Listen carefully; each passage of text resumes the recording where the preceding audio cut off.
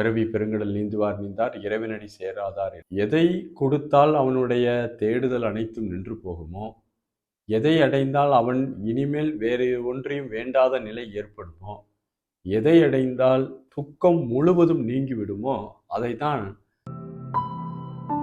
அனைவருக்கும் அன்பான வணக்கங்கள். கடவுளை ஒவ்வொரு மனிதனும் கண்டிப்பாக அடைந்துவிட வேண்டும் அப்படிங்கிறது எல்லா மதத்திலும் எல்லா தரப்பிலும் இருக்கக்கூடிய ஒரு கருத்து. மனிதன் பிறவியாகிய இந்த பெருங்கடலை நீந்துவதற்கு இறைவனை அடியாக துடுப்பாக பயன்படுத்தி கொள்ள வேண்டும் என்று வள்ளுவ பெருந்தகை கூட கடவுள் வாழ்த்துல சொல்றார். பிறவி பெருங்கடல் நீந்துவார் நீந்தார் இறைவனடி சேராதார் என்று சொல்றார்.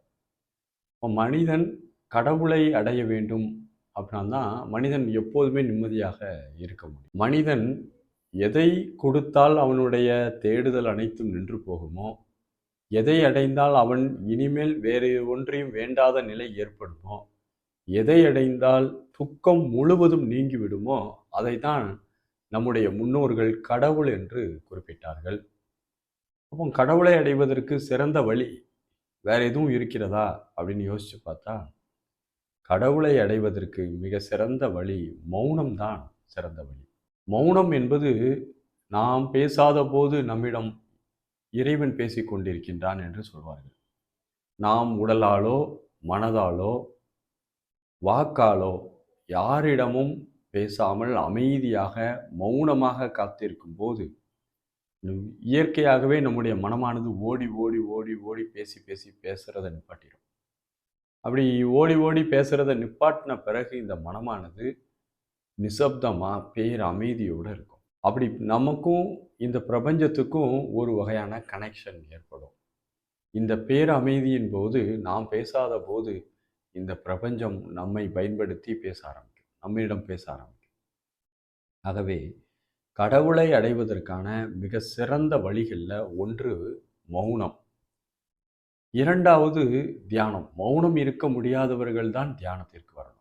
தியானம் என்பது மனதை நாம் ஓரளவு புரிந்து கொள்ளக்கூடிய முயற்சி, மனதை நாம் சற்று விலக்கி வைக்கக்கூடிய ஒரு முயற்சி. முதல் இது மௌனம். மௌனம் இருக்க முடியாதவர்கள் அடுத்த கட்டம் தியானத்திற்கு வர வேண்டும். தியானத்தின் மூலமாக மனதை அமைதிப்படுத்தி கொண்டு மௌனத்தை அடைய முடியும். மௌனத்தை அடைந்தால்தான் நாம் முக்தியவோ கடவுளையோ பற்றி யோசிக்க முடியும். மௌனம் இருக்கிறது மட்டும்தான் இறைவனோட இணைஞ்சிருக்கிறது. தியானம் கூட தனித்தத்துவமாக வந்துடுது. அந்த ஒருமையிலிருந்து விலகுப்பட்டு நான் தியானம் செய்கிறேன் என்ற ஒரு ஆணவத்தை உருவாக்குகிறது. நாம் தியானம் செய்கின்றேன் என்ற இந்த தன்மையில் இருந்து கொண்டு இருக்கும்போது மௌனத்திலிருந்து வேறுபட்டவராக, கடவுளிலிருந்து வேறுபட்டவராக இருக்கிறோம். நான் கடவுளை தியானிக்கின்றேன் அப்படிங்கிறது மாதிரி ஆயிடும். இங்கு நான் என்பது முற்றிலும் இல்லாத ஒரு தன்மையை மௌனம் கொடுக்கிறது. ஆனால் தியானம் என்பது மறைமுகமாக நான் என்ற ஒரு வகையான ஆணவத்தன்மையை எங்கேயோ ஒரு இடத்துல மெயின்டைன் பண்ணிட்டு இருக்குது. மௌனம் தான் மிகச்சிறந்த வழி. அதற்கு அது முடியாத போது இரண்டாவது அதை விட குறைந்த நிலை தான் தியானம். தியானத்திலிருந்தும் நாம் மிக குறைந்த ஒரு நிலையாக பார்க்கக்கூடியது மந்திரங்களை சொல்றது, உச்சரிப்புகளை சொல்லிக்கொண்டே இருப்பது. அதன் மூலமாகவும் நாம் தியானத்தை அடைவோம், தியானத்தின் மூலமாக மௌனத்தை அடைவோம்.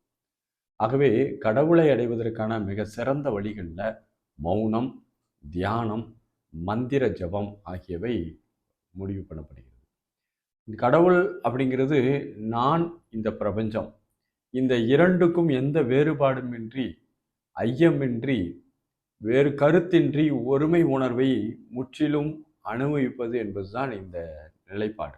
அப்படி எந்த வேறுபாடும் இல்லாத ஒருமைத்தன்மையை நாம் உணரும் போது நான் யார் என்பதை நாம் விளங்கிக் கொள்வோம். நான் வேற, இந்த பிரபஞ்சம் வேற இல்லை என்ற அனுபவத்தை பெறுவோம். ஆகவே தியானத்தின் மூலமாகவும் மௌனத்தின் மூலமாகவும் மந்திர ஜபத்தின் மூலமாகவும் நான் என்ற ஆத்ம விசாரணையின் மூலமாகவும் ஒவ்வொரு மனிதனும் தனக்குள் உள்ளும் ஊடுருவி எங்கும் பரவி இருக்கக்கூடிய அந்த கடவுள் தன்மையை, இந்த பிரபஞ்சத்தின் ஒருமைத்தன்மையை நாம் உணர முடியும். வாழ்த்துக்கள். நன்றி, வணக்கம்.